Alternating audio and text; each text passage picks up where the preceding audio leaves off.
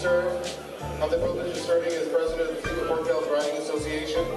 On behalf of my colleagues that serve for the Liberal Party of Canada, I want to thank you and welcome you to tonight's event with a special guest who's in town from all the way from Brampton. I want to say thank you for taking the time to join us.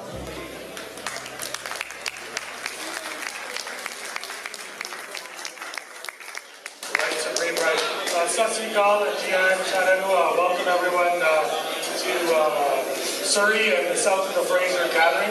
I want to thank you all for coming on behalf of the EDA south of the Fraser from Delta, Surrey Centre, Surrey Newton, Fleetwood Port Gals, and Langley Cloverdale. So on behalf of all the riding associations south of the Fraser, I want to welcome you. I have my colleagues here, Ken Hardy over there. Ken, you want to come forward? You're always shy for pictures, so come right here. So we've got Ken, we have Carlin Baltram, Sue Dollywall, or hopefully John Allen will be joining us soon. So please give them all a big round of applause. I want to give a big shout out to all the EDAs and their presidents, including mine, Tony Burke, Bilal Chima, Hermandu Chauhan, and anyone else that I've forgotten. But all the EDAs worked really hard to do this in a very short and quick time frame, and gathering several hundred people is not an easy task, and organizing it, so I want to thank you. The Member of Parliament and guest that we have today requires no introduction. However, I'm going to do it anyway. So, Navdeep Bains is a young Member of Parliament that started his career in Mississauga. He was first elected in 2004. He was the Parliamentary Secretary to the Prime Minister then, Paul Martin. He has since successfully ran and got elected several times. In 2011 he took a little break and became a professor at Ryerson, and now he's back in our government in one of the largest, most powerful portfolios. Used to be called industry, now called innovation, science, and economic development, ISED. Today he was grateful to launch and announce the shortlist for the superclusters, including one shortlisted supercluster right here in British Columbia, the digital supercluster. So we're very thankful for him for being here. He has actually helped organize the entire Liberal Party by co-chairing the Prime Minister's leadership team initially, Justin Trudeau's, and then actually assembling a very vast and diverse team across this country, and specifically in Ontario. But he was a mentor to all those that were young and new, that wanted to enter politics, that wanted to see how it was, what needed to be done, and his advice was always straightforward, concise, and always full of the truth. He told you what it was, how to do it, and that there was no shortcut to hard work, as he demonstrated himself. So without further ado, I'd like to call upon my colleague, my brother.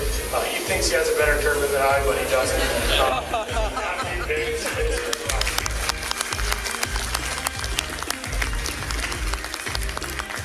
Thank you very much, Navdeep, for that kind introduction. And I want to first and foremost say it really is an honor and privilege to be here. It's great to see so many people come out. I want to thank you very much. I know how busy you all are with work and family. And it means a lot to myself and to my friends and colleagues that you're here. A lot of familiar faces, some long-standing Liberals, and it's great to see a lot of new faces as well. And that really bodes well for the party and for the Liberal Party and for what the Prime Minister, the Right Honourable Justin Trudeau, has been saying for such a long time. That this is a party that's had a tremendous past but has an incredibly bright future. I do want to also acknowledge my colleagues, more specifically Ken here, who I've had the privilege of working in the House with. He's someone who does tremendous work in committees behind the scenes that necessarily don't get all the spotlight. But there's a lot of work talking about the importance of the ocean. And John's here with us as well. And it's great to have John, Ken, Navdeep, Suk, and Carla, my cabinet colleague. Can we get a round of applause, which is an incredible team. They are doing a tremendous job of representing British Columbia, in Ottawa. They are your voice. They don't hesitate to represent your concerns. They are true champions for their communities, and they care deeply about this province, and they care deeply about Canada. So for me, I am honored to work with them. And I'm not sure if you are all familiar with my own personal story. So I'm going to take a few moments to share my own journey here in politics and my family story. So how many of you have won the lottery? Can you put up your hand? Anyone win the lottery here? $10? Well, I'll be brutally honest. My family won the lottery when my dad came to Canada in 1972. I kid you not. He could have gone to Australia. He could have gone to the United States. He could have gone to the United Kingdom. He could have gone to other European countries. But he decided to leave a small, remote village in Rajasthan, Chak BS, near Ganganagar, if you're familiar with Rajasthan or India. And he left that small village, very humble beginnings. Literally, you know, although I'll say a few words in Punjabi. Although बड़ा औखा समा सी परिवार ले मेरे दादाजी भी खेतीबाड़ी करते सीगे पर ਅਸੀਂ बड़े छोटे घर च रहंदे ਹੁੰਦੇ ਸੀ and he left that small home and you know took this long journey to come to Canada and he came here not knowing what to expect but worked really hard, had a few dollars in his pocket and was able to live the Canadian dream. He started his own business, a kitchen cabinet business. And he loves to crack jokes now that I was a cabinet maker, and it's nice to see my son in cabinet now. So that's the vintage Papa Bates joke. But it shows the promise of Canada. That story I share with you is true because it is. We won the lottery. My brother and I, he had two kids. My brother and I, we were afforded the best education.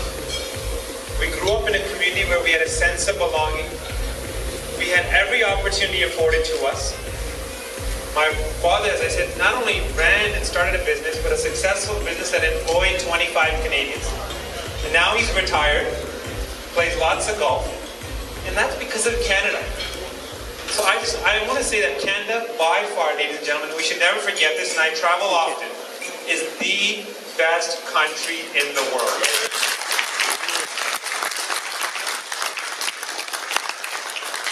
So my father wanted to give back, and guess which party he consciously chose? Guess which party's values he was attracted to? The Liberal Party. He was a big fan of Mr. Trudeau Senior, that is. And he really was inspired by Pierre Elliott Trudeau's message, one that focused around the Charter of Rights and Freedom, that document that has transformed Canada. And that document was important to my father because it opened up a sea of opportunities for my brother and I. I remember in the late 90s and early 90s, and I remember being in school and hearing about this young fellow named Navdeep Singh Bains and how he wanted to join the RCMP. And there were those that opposed that idea because of his appearance, because he wore a turban. And luckily he did not have to choose between his faith and his duty. Luckily he did not have to choose between what his beliefs were and his ability to pursue his dreams of joining the RCMP. And shortly thereafter, I remember being an elected official. A young gentleman by the name of Navdeep Singh Bains from Montreal wanted to wear a kirpan and go to school in Quebec. And he too faced many obstacles, many challenges. And ultimately his case went up all the way to the Supreme Court of Canada. And you know what was so amazing? All the judges, it was a unanimous decision that said he could wear his kirpan. Because in Canada, because of the Charter of Rights and Freedom, and because of freedom of religion, he can practice his faith. And that's just a reminder of how lucky we are. In a world now where there's a lot of xenophobia, a lot of Islamophobia, a lot of racism, there's a rise of populist politics where people are pitting one person against another, one community against another, one nation against another, that we are so lucky to live in a country that we have a political party that espouses equality. And that's why my father joined the Liberal Party, because of those values. That's why I became a Liberal. And that's why we're here today. I believe you share those values of diversity and inclusion and equality. And equality is so important because it reminds us that no matter who we are, where we come from, we all have the same opportunities to succeed. And that brings me to my last point. Yes, I'm indebted to Canada and we won the lottery. And yes, we all share these liberal values. But the reason why we're in politics is not only to represent our communities, not only to represent our common interest, but it's to build a better future for our children, for our grandchildren. You know, I've got two young girls, Navdeep, who's 10, wonderful young girl, very much like me. And then you have Kirpa, who's 7 years old, the biggest troublemaker in the world. Just like her mom. I can say that because I'm in Surrey. And my wife, by the way, if you guys are recording this, I'm in trouble. But I see the world through their eyes. You know, often when I talk about what kind of legacy we want to leave, and Navdeep was talking about why I'm here in British Columbia, and the investments our government is making, and the policies that we're promoting around the middle class, and the society that we're creating about a more inclusive and fair society. I think through the lens and the eyes of my young girls. I think 10, 15, 20 years from now, and what kind of society will they grow up in?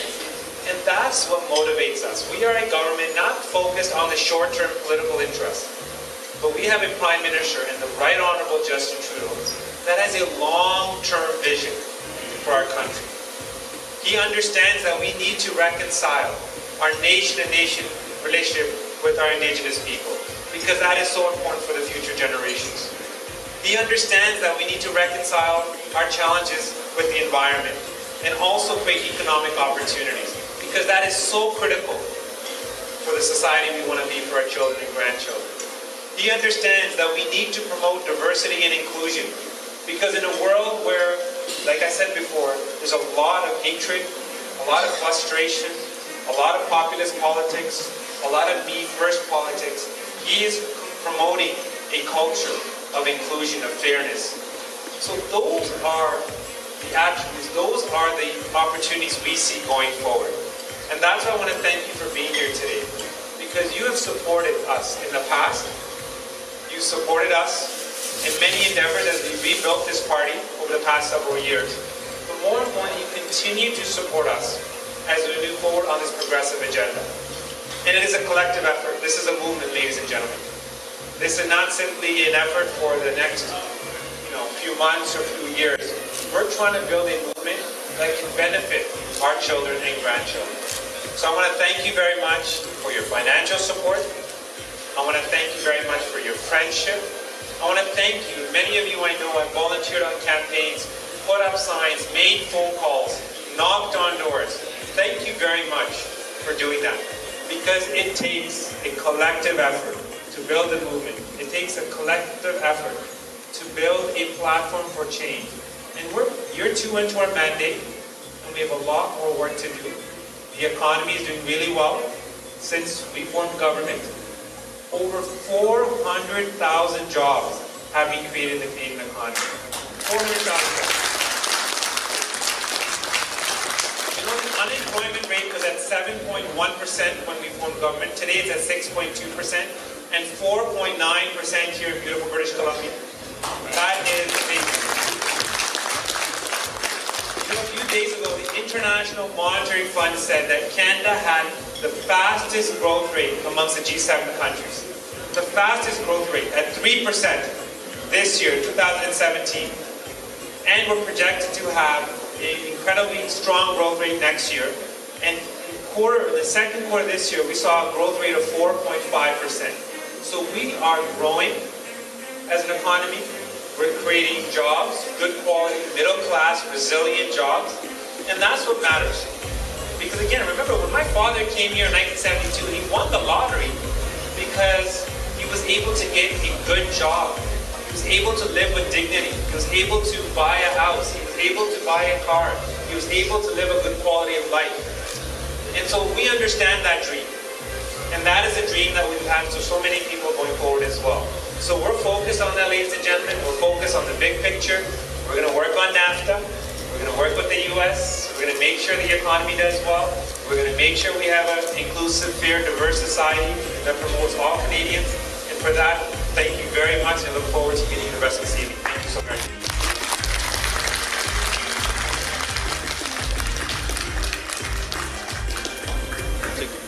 Thank you very much, Mr. Bains. You should come to the crowd as well.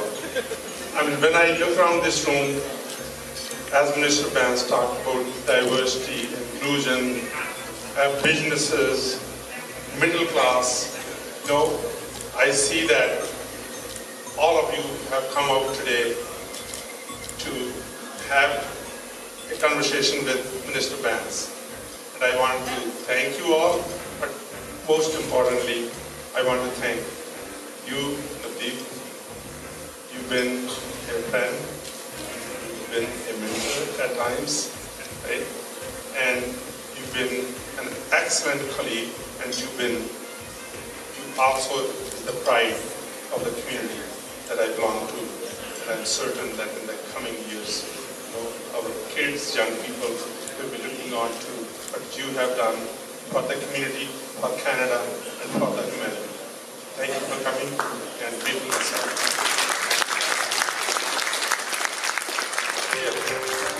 Because at some point in time, I represented the riding, and now it's in better hands.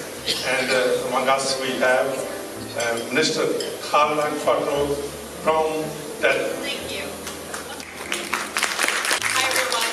We're all here to speak with Minister Bains, so I'll keep it short. But I can assure you, I think the reason I didn't introduce you is because I've got to know you and I know some secrets now. So you actually don't want to talk to Minister Bains, you want to talk to me. So there's no bigger jokester at the cabinet table in the government of Canada than this gentleman sitting right here. And he thrives on making jokes and making people feel a little uncomfortable. See, look at him. Anyway, we want to thank you on behalf of Surrey and Delta and Langley and everyone south of the Fraser River for coming here. And I know how busy you are, but you're doing great things for our country, and we're deeply appreciative of your personal commitment to making our Canada better. Thank you. Wow. So good. Wow. So, what are you like, you ask, to sit in the House of Commons near this tall, good-looking fellow, near that tall, good-looking fellow? It's humbling, I have to tell you. But the most humbling part is the horsepower, if you like. The talent, the energy, the capability. These are scary, bright people that I have the privilege of serving with. And, it's almost 2 years ago that we were in this place celebrating an amazing victory, one that a lot of people didn't see coming. We're working hard to be back here in a couple more years to celebrate another one.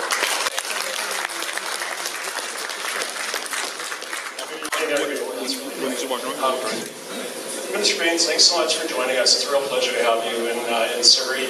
And thanks to everybody, all of our supporters who have come out this evening to celebrate and to welcome Minister Bains to our community.